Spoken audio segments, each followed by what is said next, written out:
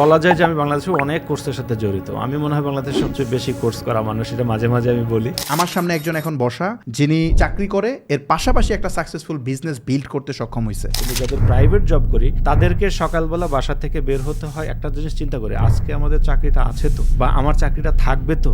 আমি একটা নীতিতে বিশ্বাসী, সেটা হলো never depends on single income. আপনার জন্য যদি একটা অল্টারনেট ইনকামের একটা ওয়ে থাকে, তাহলে হবে কি আপনার চাকরি চলে যাক আর না যাক, এটা নিয়ে আপনাকে খুব একটা টেনশন করতে হবে না। 7,64,000 টাকার মধ্যে 6 লাখ টাকা নেট প্রফিট। জি, ওকে, এই ব্যবসা শিখতে হবে, এখানে একটা গ্রামার আছে। অমিত ভাই আছে, আমি এতটুকু চিন্তা করতাম যে আমি যদি কোনো বিপদে পড়ি বা কোনো প্রবলেমে পড়ি, আমি এখান থেকে একটা সাপোর্ট পাবো। বাংলাদেশে ই কমার্স ব্যবসা যারা করে এরা সবাই না যায় না, খালি একটা পেজ খুলে আর ব্যবসা করে। ফাহমিদ ভাইয়ের ইউটিউবে যে রিসোর্সগুলো আছে, এটা বাংলাদেশের কোনো কোর্সে নাই, আমি এটা চ্যালেঞ্জ করে বলতে পারবো। কোর্স তো অনেকেই করায়, বাট আমি একটা ব্যবসা বিল্ড করে দেখাই যে প্র্যাকটিক্যালি কেমনে করতে হয়।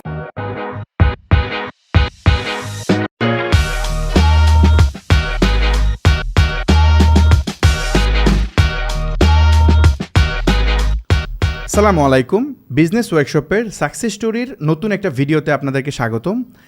আজকের ভিডিওটা একটু ইন্টারেস্টিং হতে যাচ্ছে, কারণ অ্যাজ ইউজুয়ালি আমাদের যে স্টুডেন্ট আছে তারা হচ্ছে বেসিক্যালি ফিজিক্যাল প্রোডাক্ট নিয়ে ভালো করতেছে, আবার অনেকে স্ট্রাগল করে। বাট আজকের যে ভিডিওটা স্পেশালি এখানে যে গেস্ট আছে বা আমার যে স্টুডেন্ট, উনি ডিজিটাল প্রোডাক্টে মোটামুটি ভালো একটা সেল জেনারেট করতে সক্ষম হয়েছে। তো ডিজিটাল প্রোডাক্টটা আমার কাছে অনেক ইন্টারেস্টিং লাগে, কারণ হচ্ছে আমি এই স্টোরিটা আপনাদেরকে যারা আমার বুটক্যাম্প দেখছেন তারা জানেন আমার যতগুলো ব্যবসা আছে কারেন্টলি এই মুহূর্তে, তার মোটামুটি যদি বলি 80 to 90% রেভিনিউ টোটালি ডিজিটাল যে সার্ভিসগুলো বা প্রোডাক্টগুলো আছে এখান থেকে আমার জেনারেট হয়, ফিজিক্যাল থেকে কম হয়। আমি অ্যাকচুয়ালি অ্যাফোর্ডও কম দিই ফিজিক্যাল প্রোডাক্টে, কারণ রেভিনিউ বেশি আসে ডিজিটাল থেকে। সো এই ডিজিটাল প্রোডাক্টে যদি কেউ ভালো করে তাহলে এটা শুনতেও ভালো লাগে। সো আজকে আমি আমার আজকে যে গেস্ট আছে যার সাথে আমরা আপনাদেরকে পরিচয় করাই দিব, তো তার থেকে শুনবো যে ডিজিটাল প্রোডাক্ট নিয়ে কিভাবে উনি ওনার বিজনেসটা বিল্ড করলো এবং এটার বিহাইন্ড দ্য সিন স্টোরিটা কী এবং বর্তমান তার কন্ডিশনটা কী। সো আজকে আমাদের সাথে আছেন জুবাইর রহমান ভাই। জুবাইর রহমান ভাই, কী অবস্থা, কেমন আছেন? জি আলহামদুলিল্লাহ, আল্লাহর রহমতে অনেক ভালো আছি। ওকে, আপনি নিশ্চয়ই ভালো আছেন? ডেফিনেটলি। সো জুবাইর ভাই, আমি একদম শুরু থেকে জানতে চাই আপনি ঢাকায় কোথায় থাকতেছেন বা আপনার গ্রামের বাড়ি কোথায়, কিভাবে এই অনলাইন বিজনেসে কানেক্ট হলেন যদি একটু বলেন। জি, আমি ঢাকাতে খিলক্ষেতে আছি। ওকে, আর পাশাপাশি একটা মাল্টিন্যাশনাল ল্যাবরেটরিতে জব করতেছি।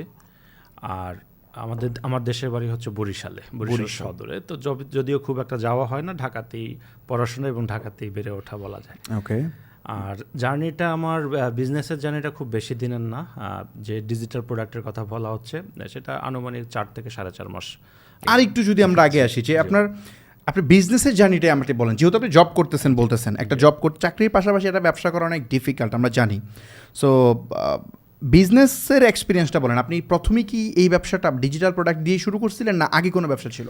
না, আসলে বিষয় হলো যে আমার সবসময় একটা চিন্তা ভাবনা ছিল যে কখনো একক উপার্জনের উপর নির্ভর করো না, এই থিওরিটাই আমি বিশ্বাসী। তা আমি যেহেতু জব করি, আমি চিন্তা করতেছি যে আমি পাশাপাশি আরেকটা যদি বিজনেস করি তাহলে দেখা যাচ্ছে যে আমার জন্য সুবিধা হবে। যদি কোনো কারণে মানে কখনো যদি আমার এই জবটা চলে যায় বা জব আমাকে ছেড়ে চলে যায়, তাহলে যেন আমাকে সার্ভাইভ করতে কষ্ট না হয়। সেই চিন্তা ভাবনা থেকেই আসলে আমি বিভিন্ন বিজনেসের চেষ্টা করি। আমি শুরুর দিকে যে ফিজিক্যাল প্রোডাক্ট যদি বলেন, যে শুরুর দিকে আমি ফিজিক্যাল প্রোডাক্ট নিয়ে চেষ্টা করেছিলাম। আমি প্রথম দিকে জামদানি শাড়ি সেল করেছিলাম, অরিজিনাল যে জামদানিগুলো। পরবর্তীতে 3 পিস ইন্ডিয়ান শাড়ি, এগুলো নিয়ে অনেকবার আমি চেষ্টা করেছি। তো অনেকবার চেষ্টা করার পরেও কেন যেন আমি আসলে এই বিজনেসগুলো করতে পারি নাই, এবং এই ক্ষেত্রে আমার একটা হিউজ আমি ইনভেস্টমেন্ট এখানে হারাই। এবং এটা হারানোর পরে আমি বলতে পারেন যে এক রকমের হতাশ হয়ে পড়ি যে আমি আসলে কিভাবে উঠবো।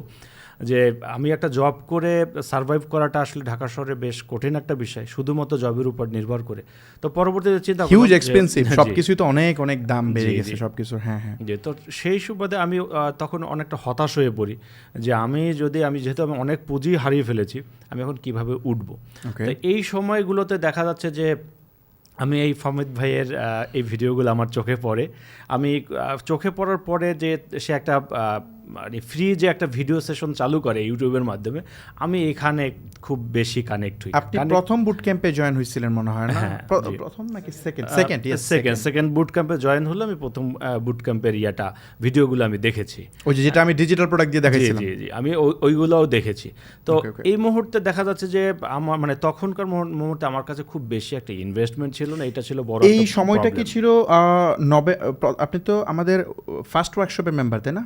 প্রথম বাচ্চাটা জয়েন করছেন Second নভেম্বরে না? নভেম্বরে। ও আচ্ছা, নভেম্বরে ফার্স্ট ছিল, ওটা ফার্স্ট ওয়ার্কশপ। ওকে, সো নভেম্বরে আপনি ফার্স্ট ব্যাচে জয়েন করছেন, রাইট? আচ্ছা, ওই সময়কার স্টোরি বলতেছেন নভেম্বরের দিকে। ওকে, জি। সো ওই সময় আপনার ওকে, আপনি এর আগে মানে আমি যদি এটা সামারাইজ করি, ওনার বেসিক্যালি উনি জব করতেছে প্লাস মানে এটা একটা ইন্টারেস্টিং জিনিস যে উনি এটা রিয়েলাইজ করতে পারছে। অনেকেই আছে বাংলাদেশে এটা এখনও রিয়েলাইজই করতে পারে না যে আমি জবে আছি, ওকে ফাইন, অনেক ভালো করতেছি, আমার আর দরকার নেই কিছু করার। সো এইটা কিন্তু এই চিন্তাভাবনা থেকে আপনি বের হয়ে আসছেন, এটা কিন্তু খুবই ইম্পর্ট্যান্ট একটা পার্ট।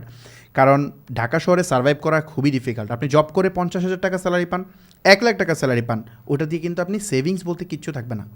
আপনাকে বিজনেস করতেই হবে। আমি মানে ফাইন্যান্সিয়ালি যদি আপনি ফ্রিডম চান, যদি অডিয়েন্সের উদ্দেশ্যে বলি, তাহলে আপনাকে ব্যবসার অল্টারনেট কিছু নাই। কারণ যেই জায়গাতেই মানে টাকার এগেনস্টে যদি টাইম যদি এক্সচেঞ্জ হয়, এইখানে পারা যাবে না, কারণ টাইম তো লিমিটেড, আপনার টাইম লিমিট না। সো এইটা দিয়ে পসিবল না, আপনাকে বিজনেস টাইপের কিছু একটা করতে হবে। এই চিন্তা আপনি করছেন, এটা খুবই ভালো একটা সিদ্ধান্ত ছিল। তারপরে হচ্ছে আপনি যেটা বললেন যে 3 পিস জামদানি এগুলো নিয়ে ব্যবসা করছেন।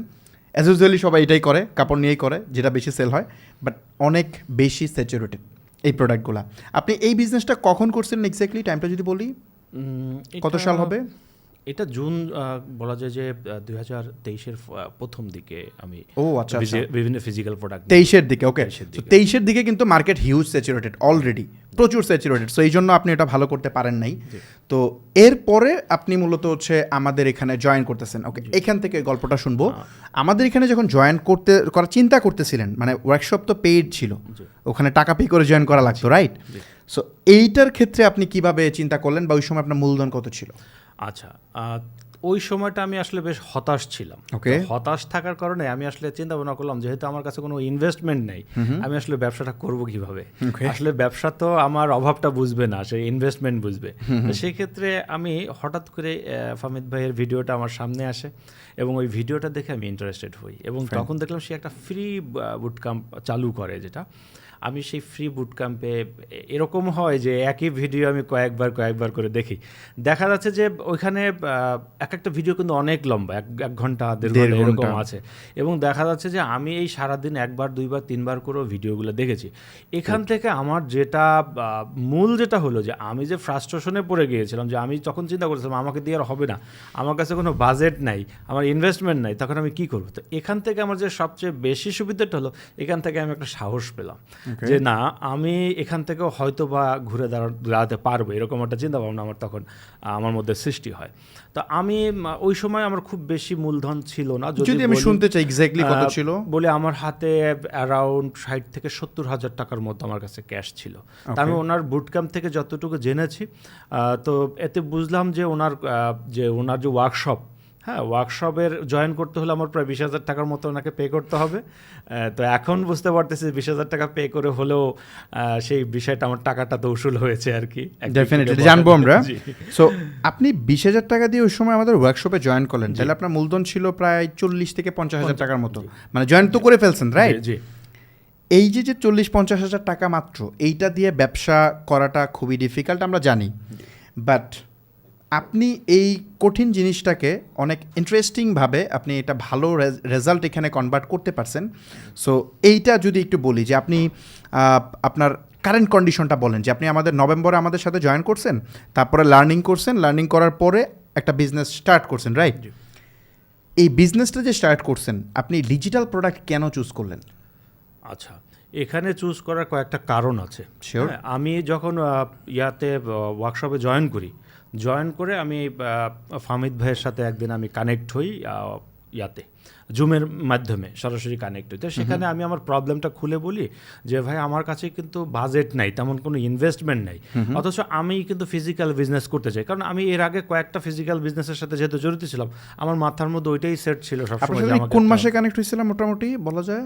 এটা কোন সময়টা কোন মাস হইতে পারে? ফেব্রুয়ারি, এরকম একটা ফেব্রুয়ারি হইতে পারে, রাইট? এক্সাক্ট টাইমটাও ওকে, মনে নেই। সো আমি ওয়ার্কশপ মেম্বার যারা থাকে তাদের সাথে আমি কানেক্ট হই, অ্যাপয়েন্টমেন্ট বেসিসে আমি কানেক্ট হওয়ার চেষ্টা করি এবং কনসালটেন্সি করার ট্রাই করি।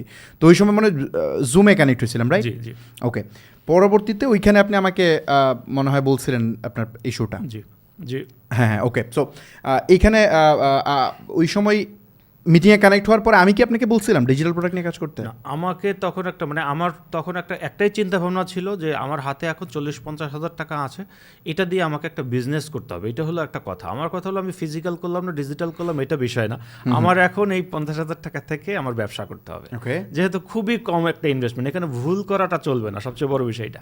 তো আমি ফামিদ ভাইয়ের সাথে কানেক্ট হওয়ার পর, অর্থাৎ আপনার সাথে আমি যখন কানেক্ট হই তখন আপনি আমাকে বলেছিলেন যে এই টাকা দিয়ে কখনো ফিজিক্যাল বিজনেস করা সম্ভব না। হ্যাঁ, কারণ আপনি যখন এটা দিয়ে বিজনেস করবেন তখন আপনার পুঁজিটা হারাবেন, তো আপনি হতাশ হয়ে পড়বেন, আপনি আর উঠতে পারবেন না। তখন আপনাকে এখন একটা প্রপারলি নিশটা পছন্দ করতে হবে, কোন নিশে আপনি আগালে এই পুঁজিটা থেকে আপনি সবচেয়ে মানে যে কোন প্রোডাক্ট নিয়ে বিজনেস করলে আপনি এই পুঁজিতে আপনি উঠতে পারবেন। সেক্ষেত্রে তার কয়েকটা আলোচনা থেকে যা বুঝলাম, তিনি আমাকে বা আপনি আমাকে বলতেছিলেন যে ডিজিটাল প্রোডাক্টের দিকে যদি আপনি আগান তাহলে কম ইনভেস্টমেন্টে এখানে কিছুটা করা পসিবল। হ্যাঁ, এটা হলো বিষয়। আর আরেকটা বিষয়টা হয়তো ফিজিক্যাল বিজনেস করতে হলে এই মুহূর্তে বিভিন্ন রকমের সার্ভিস বিভিন্নভাবে কাজ করে আগে টাকা ইনকাম করতে হবে, পরবর্তীতে ফিজিক্যাল বিজনেসে আসতে হবে। তো আমি চিন্তা করলাম যে আমি যেহেতু জব করি, তো মানে এর মধ্যে থেকে আমার অন্য কাজ করা আমার পক্ষে খুব একটা সহজ। ফিজিক্যাল প্রোডাক্ট নিয়ে কাজ করতে গেলে প্রচুর কাজ আছে আসলে, মানে এখানে আপনার প্রোডাক্ট ম্যানেজ করা, কেনা, অনেক ঝামেলা আছে, কোরিয়ার ম্যানেজ করা। সো যাক, তো এরপরে আপনি ডিজিটাল প্রোডাক্ট নিয়ে শুরু করলেন। আচ্ছা, ডিজিটাল প্রোডাক্ট নিয়ে যখন আপনি শুরু করেন, শুরুটা তো আরও পরে করছেন আমার সাথে কনসালটেন্সি করার পরে, বাট তখন যখন একদম বিজনেস এক্সিকিউট করতে যাচ্ছেন তখনকার স্টোরিটা বলেন। আচ্ছা, তখন আমি অনেক চিন্তা ভাবনা করে একটা নিশ পছন্দ করলাম। ওকে, নিশটা বলা প্রয়োজন নেই, আমি নিশটা আসলে বলতে চাচ্ছি না, কারণ যখনই বলবো তখন দেখা যাবে মানুষ ওখানে হুমড়ি খেয়ে পড়ে।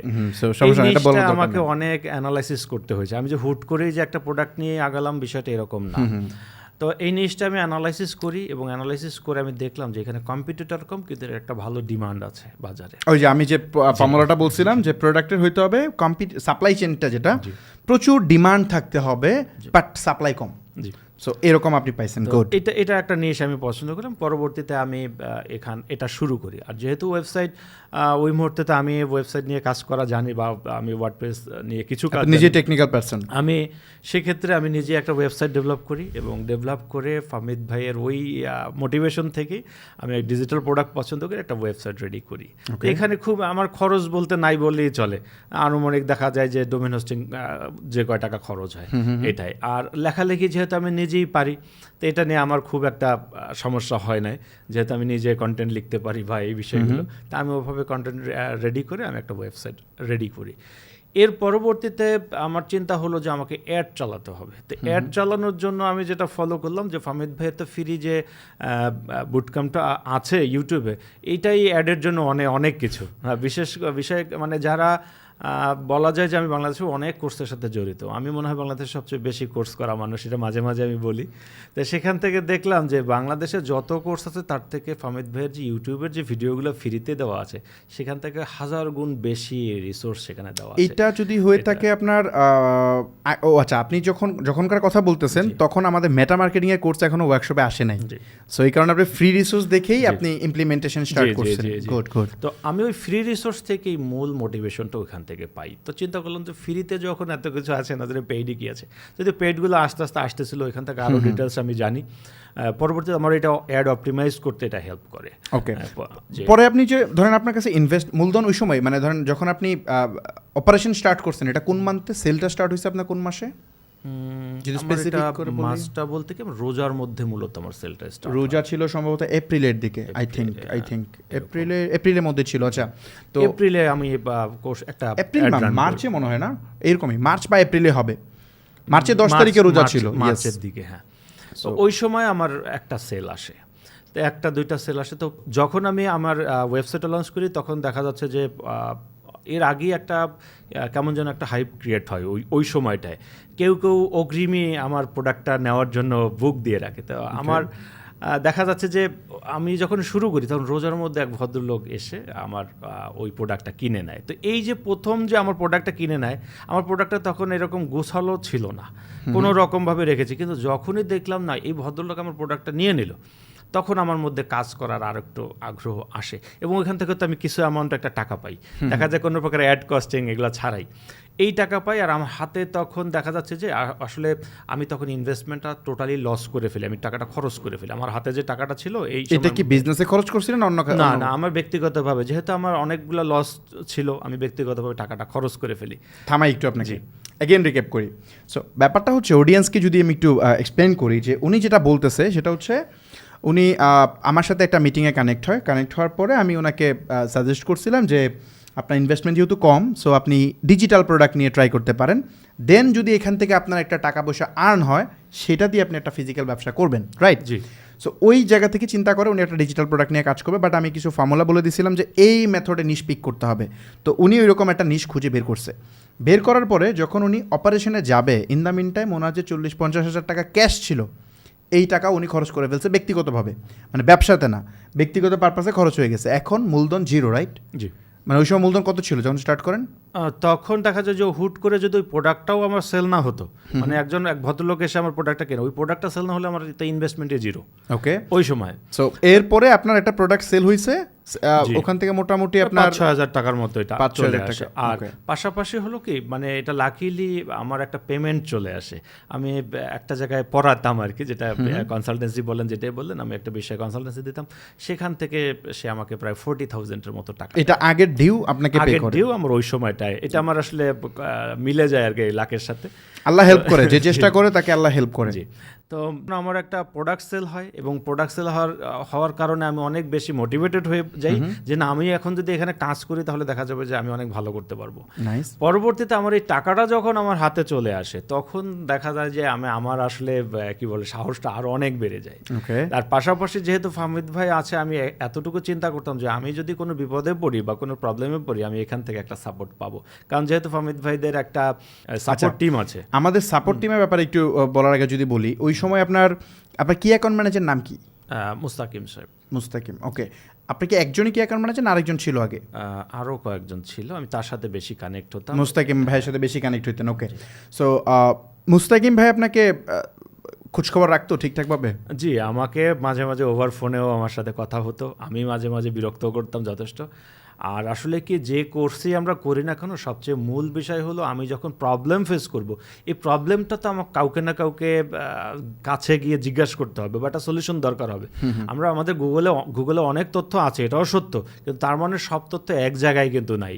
তো দেখা যাবে যে ওটা আমাকে রিসার্চ করে বের করতে হয়, এটা একটা সময় সাপেক্ষ বিষয়। কিন্তু এমন যদি হয় যে আমি এই মুহূর্তে একটা বিজনেসে প্রবলেম ফেস করতেছি বা আমি অ্যাড রানে একটা প্রবলেম ফেস করতেছি, এই সময়ে যদি আমি কারো একটু সাপোর্ট পাই, এই সাপোর্টটা আসলে অনেক গুগলে 10 দিনের রিসার্চের থেকেও বেশি কাজ করে। মানে একজন এক্সপার্টের পরামর্শ অনেক কিছু একটা বিজনেসের জন্য। ওকে, একটা পয়েন্ট যদি আমি একটু বলি এখানে, যেটা হচ্ছে আপনি বলতেছেন যে আপনার কি অ্যাকাউন্ট ম্যানেজার মুস্তাকিম ভাই, উনি আপনাকে বিভিন্ন সময় সমস্যায় পড়লে আপনাকে উনি সাপোর্ট দিত, রাইট? তো মুস্তাকিম ভাই তো হয়তো সব বিষয়ে এক্সপার্ট না, তো সেক্ষেত্রে আপনি কিভাবে, ধরেন আপনার ওয়েবসাইট রিলেটেড ইস্যু আছে, ওইটা কিভাবে সলভ করতেন যদি একটু বলেন? আসলে এখানে আর একটা আশীর্বাদ আছে বলা যায় যে স্টেপ আপের সাথে আপনার কোর্সে যে একটা বৈশিষ্ট্য আছে, সেটা হলো আলাদা আলাদা সাপোর্ট টিম। যেমন কেউ যদি ওয়েবসাইট সংক্রান্ত প্রবলেমে পড়ে, তার জন্য আলাদা একটা সাপোর্ট টিম আছে। আবার কেউ যদি অ্যাড নিয়ে প্রবলেমে পড়ে, তার জন্য একটা আলাদা টিম আছে। তো আমি যখন যে প্রবলেমগুলো পড়তাম, তখন আমি সেই রিলেটেড সাপোর্টগুলো নিতাম। তো মোস্তাকিম ভাইকে যখন বলতাম যে আমি এই প্রবলেমে ফেস করেছি, তখন সে আমাকে তাদের সাথে কানেক্ট হওয়ার একটা ব্যবস্থা করে দিত। যেন ওয়েবসাইটের প্রবলেম, আমাকে ওয়েবসাইট রিলেটেড সাপোর্টে আমাকে তখন নিয়ে যেত। আমার বেশিরভাগ প্রবলেমটা অ্যাডে হতো, আমি অ্যাডে অনেকবার আমি কানেক্ট হয়েছি, তখন আমি অ্যাডে কানেক্ট হয়ে আমার প্রবলেমগুলো ওখানে শেয়ার করতাম এবং ওখান থেকে আমি আলহামদুলিল্লাহ সাপোর্ট পেতাম আর কি। সো ওই অ্যাডে যখন কানেক্ট হইতেন, ওখানে মাল্টিপল পার্সন থাকতো, রাইট? হ্যাঁ, মানে বেশ কয়েকজন। সো এইটা ব্যাপারটা আমি একটু বলি অডিয়েন্সকে, অডিয়েন্স জানে হয়তো অনেকেই। আমরা যেটা করি সাপোর্ট সিস্টেমে, যেটা হয় ধরেন একজন মানে আমি তো একজনকে হায়ার করলাম অ্যাড এক্সপার্ট, উনি যে সব সমস্যার সমাধান দিতে পারবে বিষয়টা তো তার না, তাই না? তো ওনার তো ইন্ডাস্ট্রি এক্সপার্ট থাকতে হবে। তো আমরা যেটা করি 4-5 জনের একটা বোর্ড বানাই, যে তারা কনসালটেন্সি করে একটা ডিসিশন দিবে, তখন যেটা হয় এটা পারফেক্ট হয়। কারণ বিজনেসে দরকার পারফেক্ট, এখানে মিস্টেক করার কোনো সুযোগ নাই। সো আমরা 4-5 জন করে এক একটা পার্টে এক্সপার্ট রাখি, তারা একটা কনসালটেন্সি আপনাকে দিবে। তো এইটা আমাদের প্রতিদিন সকাল 10টা থেকে রাত 10টা পর্যন্ত চলতে থাকে। যারা প্রবলেম হয় অ্যাপয়েন্টমেন্ট বুক করে এবং তারা ওখান থেকে সাপোর্ট নেয়। ওকে, তো আপনি সাপোর্ট পাচ্ছেন, আপনার প্রবলেম সলভ হচ্ছে, ইভেন একটা সেলও করে ফেলছেন। এখন আপনি বলেন যে পরবর্তীতে আপনার যদি বলি আপনার এই 3-4 মাস, আমরা যখন ভিডিওটা রেকর্ড করতেছি তখন এটা মিলালে মনে হয় 3 মাসের মতো হবে, রাইট? বিজনেস চলাকালীন সময় থেকে। তো 3 মাসে আপনার সেল যদি বলেন, টোটাল সেল কত? আচ্ছা, 3 মাসে আমার এই পর্যন্ত প্রায় 7,64,000 টাকার মতো সেল আসছে।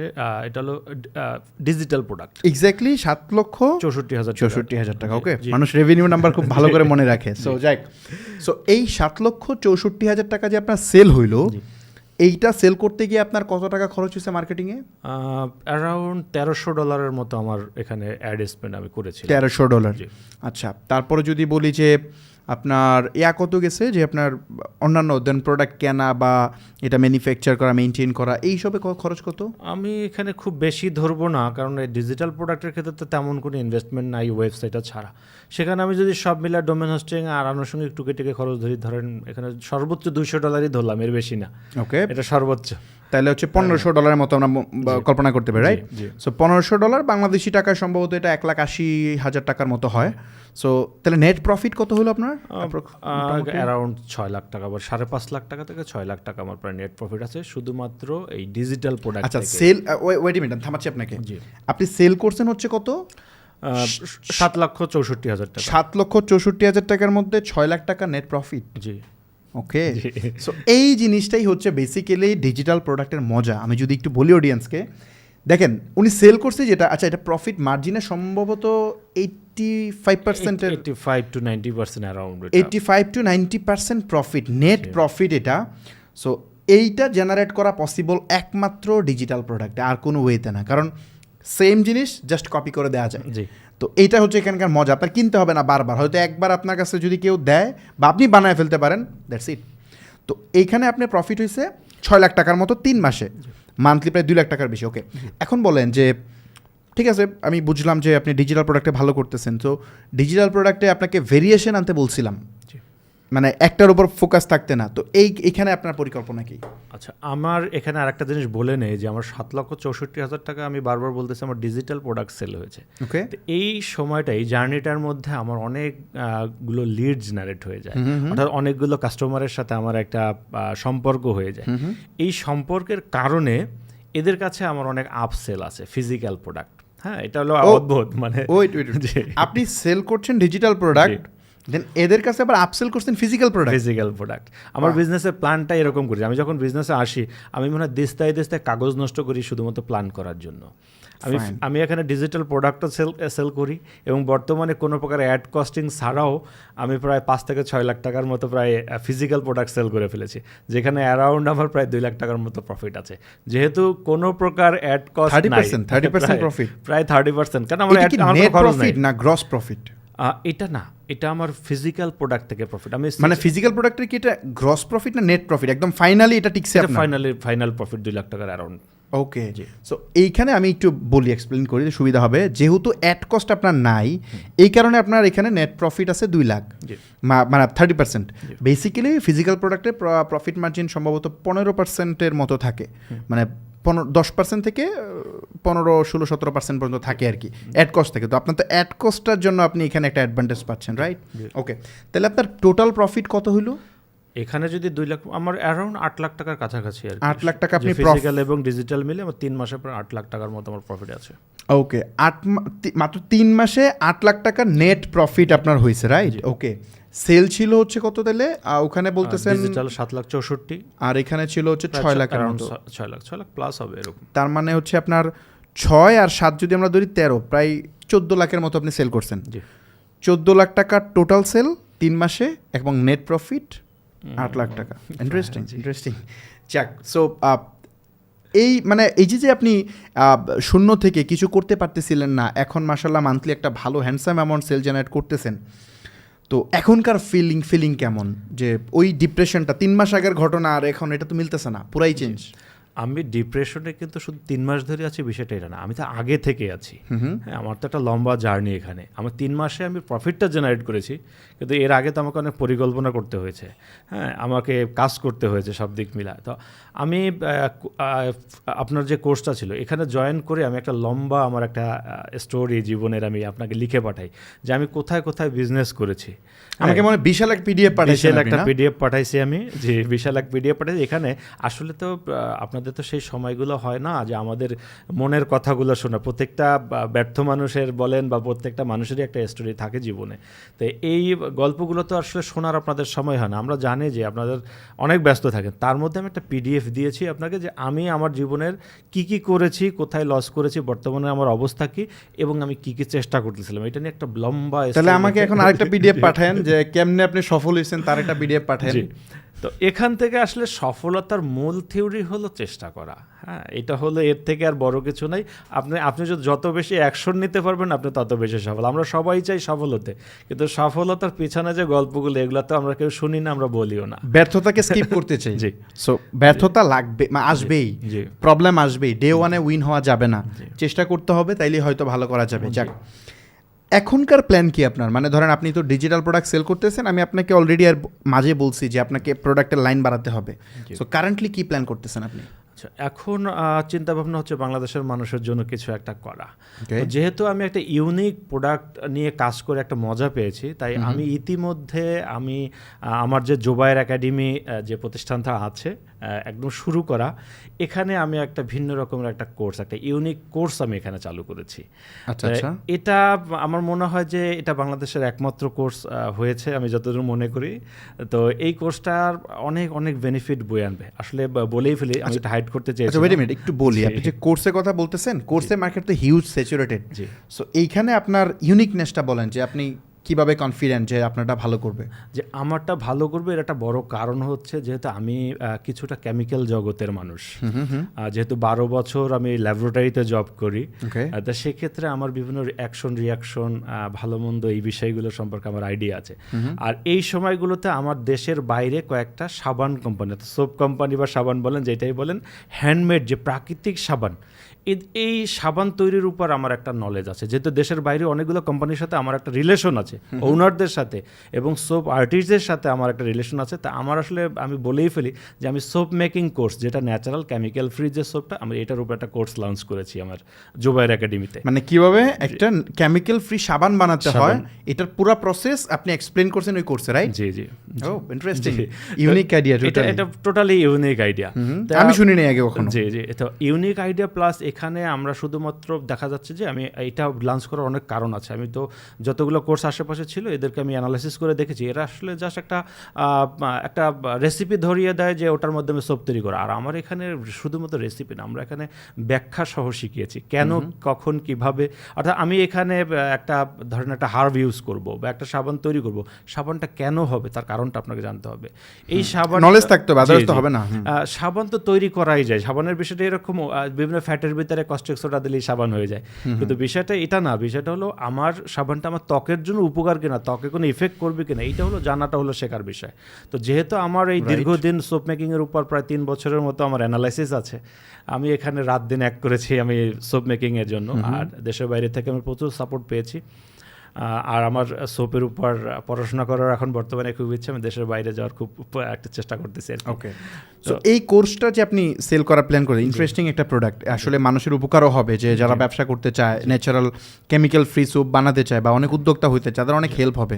সো আপনারা যারা এই টাইপের প্রোডাক্ট নিয়ে কাজ করতে চান, ডেফিনেটলি ওনার কোর্সটা আপনি এনরোল করতে পারেন। এবং আমরা যেটা করব, ভিডিওর নিচে হচ্ছে ওনার ওয়েবসাইট ইউআরএল এবং অন্যান্য যা যা থাকে আমরা দিয়ে দিব, ওখান থেকে আপনারা হয়তো ওনাকে পেয়ে যাবেন। তো নাইস, মানে আসলে প্রোডাক্টের এই ভেরিয়েশনটা দেখেন, আপনি কিন্তু সবসময় ইউনিক প্রোডাক্ট চুজ করতেছেন, এটাও কিন্তু একটা টোটালি ইউনিক একটা প্রোডাক্ট। তো এই জিনিস আপনাকে চরম মানে অ্যাডভান্টেজ আপনি পাবেন আর কি। সো যাক, ওকে, আমি মোটামুটি অডিয়েন্স একটা মানে আইডিয়া পাইলো যে কিভাবে আপনি এই আজকের এই জায়গায় আসতে পারছেন।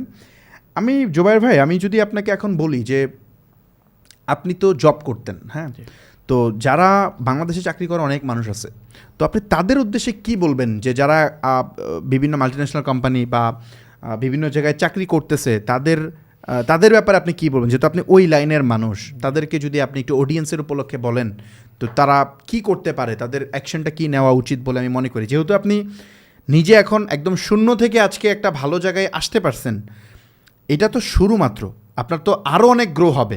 আপনি এখন হয়তো আপনি 3 মাসে প্রফিট করছেন 8 লাখ, আমি তো বিলিভ করি যে আপনি এখন মান্থলি প্রফিট করবেন হয়তো 8 লাখ। ইনশাল্লাহ এটা খুব সুন হবে। ইনশাল্লাহ। তো আমরা অডিয়েন্সের সাথে ওই স্টোরিটা হয়তো কোনো একদিন শেয়ার করব। তো এই মুহূর্তে আপনি ওদের ওই অডিয়েন্সের উপলক্ষে কী বলবেন যারা জব করতেছে, যদি একটু বলেন। আচ্ছা, আমি একটা নীতিতে বিশ্বাসী, সেটা হলো যে never depends on single income, মানে একক উপার্জনের উপর কখনোই নির্ভর করতে হয় না। বিষয়টা এরকম যে আমরা যারা প্রাইভেট জব করি, সরকারি জব সেটা আলাদা বিষয়, ওদের একটা জব সিকিউরিটি আছে, কিন্তু যাদের প্রাইভেট জব করি তাদেরকে সকালবেলা বাসা থেকে বের হতে হয় একটা জিনিস চিন্তা করে, আজকে আমাদের চাকরিটা আছে তো, বা আমার চাকরিটা থাকবে তো, বা আমাকে যদি কোম্পানি কোনো কারণে পছন্দ না করে, কিংবা ধরেন আমি কোনো কারণে কোম্পানিতে এখন বর্তমানে বিভিন্ন অফিসে কিন্তু দেখা যাচ্ছে যে টিম মেম্বারগুলো কমাচ্ছে, অর্থাৎ তাদের এমপ্লয়ি সংখ্যা কমাচ্ছে, অনেকে বাধ্য করছে রিজাইন দেওয়ার জন্য, বা এ ধরনের একটা বিষয় তো চেক করা হচ্ছে যেখানে। তো সেখানে আমি বলবো যে আপনার বা আমার যে কোনো জায়গায় এটা হতে পারে।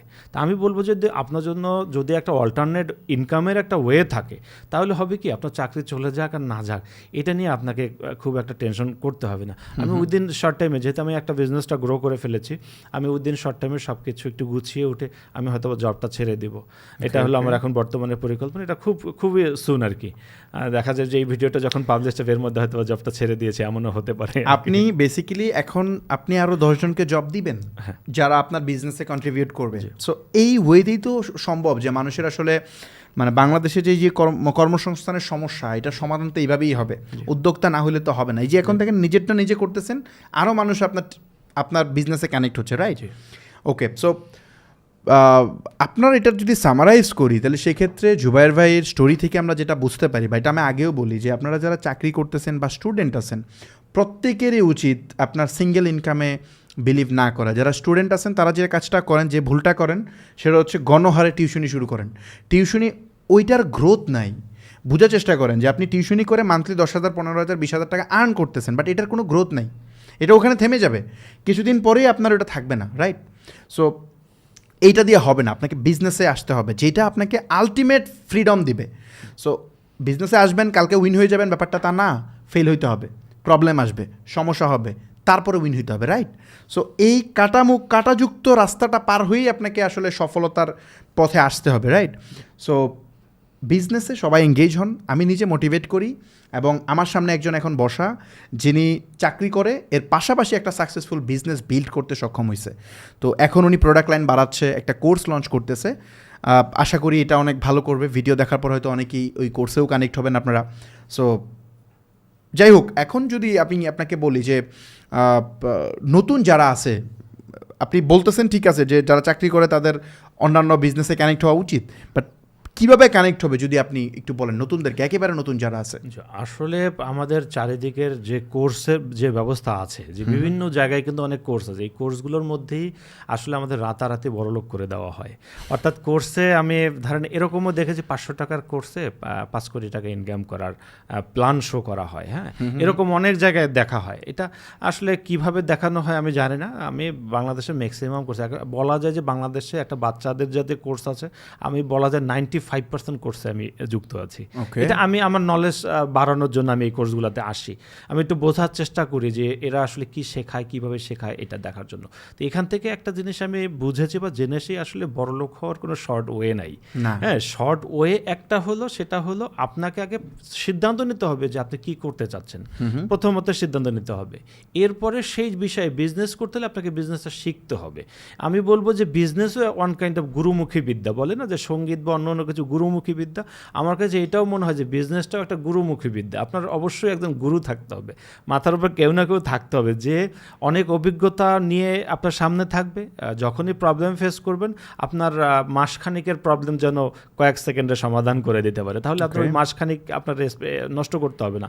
তো সেজন্য আমি বলবো যে যারা পেইড কোর্স করতে না পারেন, যদি ফাহমিদ ভাই আগামী দিনে যদি ওয়ার্কশপ নিয়ে আসে, তাহলে সেটা তো আশীর্বাদ হবে, অবশ্যই সেটা বলবো যে আপনাদের আমাদের জন্য একটা কপাল ভালো যে এখানে ফাহমিদ ভাই আরেকটা ওয়ার্কশপ চালু করেছে। যদি ওয়ার্কশপ চালু না হয় সেক্ষেত্রে বলবো যে ফাহমিদ ভাইয়ের ইউটিউবে যে রিসোর্সগুলো আছে এটা বাংলাদেশের কোনো কোর্সে নাই, আমি এটা চ্যালেঞ্জ করে বলতে পারবো যে তার ফ্রি রিসোর্স যত কিছু আছে, ফ্রিতে যে ইউটিউবের যে ভিডিও আছে এর থেকে কোনো অংশে কি বলবো যে মানে এর থেকে কখনোই কোনো কোর্সে বেশি নেই। আমি এটা সবসময় এটাই দাবি করি যে আমি সবচেয়ে বেশি কোর্স করা মানুষ। হ্যাঁ, এটা ফিজিক্যাল হোক, আমাকে কিন্তু সবাই মোটামুটি টুকটাক এই কোর্সের ক্ষেত্রে যারা কোর্স করায় তারা চিনবে, যেহেতু আমি কোর্স করি, সরাসরি গিয়ে কোর্স করি, ক্লাসে বসে করি, আমি অনলাইনে কোর্স কেনাকাটা করি, আমি সকল কোর্স জানি। সেখানে বলবো যে ইউটিউবের যে রিসোর্সটা আছে এর থেকে বেশি কোনো কোর্সে নাই, এটা চ্যালেঞ্জ দিয়ে আমি বলতে পারি। ওকে, সো আমি একটু ক্লিয়ার করি। সো ব্যাপারটা হচ্ছে উনি ওনার মতো অপিনিয়ন শেয়ার করতেছে, বাট আমি যদি একটু অ্যাড করার চেষ্টা করি, দেখেন আমি কিন্তু প্রফেশনাল ওই টাইপের, ধরেন আমি মানে কোর্স বিজনেস বা এই টাইপের পার্সন আমি না। আমি নিজে বিজনেস করতেছিলাম, আমার প্ল্যান ছিল খুব সিম্পল, একেবারে সলিড প্ল্যান, যে আমি যেহেতু নিজে ব্যবসা করতেছি, কোন ওয়েতে করতেছি, আমার পটেনশিয়াল অডিয়েন্স কারা। তো আমি চিন্তা করলাম যে ওকে, আমার অডিয়েন্সকে এডুকেট করতে হবে, আদারওয়াইজ আমি ক্লায়েন্ট পাবো না। আমি যখন বাংলাদেশে আমার এজেন্সিটা স্টার্ট করি তখনকার ঘটনা আর কি। তো চিন্তা করলাম যে মানুষ তো না জেনে ব্যবসা করে, বাংলাদেশে ই কমার্স ব্যবসা যারা করে এরা সবাই না যায় না, খালি একটা পেজ খুলে আর ব্যবসা করে। এই পাবলিকরে আমি কেমনে এর কাছে আমি সার্ভিস সেল করবো? সম্ভবই না। আগে থেকে বুঝাইতে হবে, বাইরে ভাই এটাতে এমনি চলে না, এই ব্যবসা শিখতে হবে, এখানে একটা গ্রামার আছে।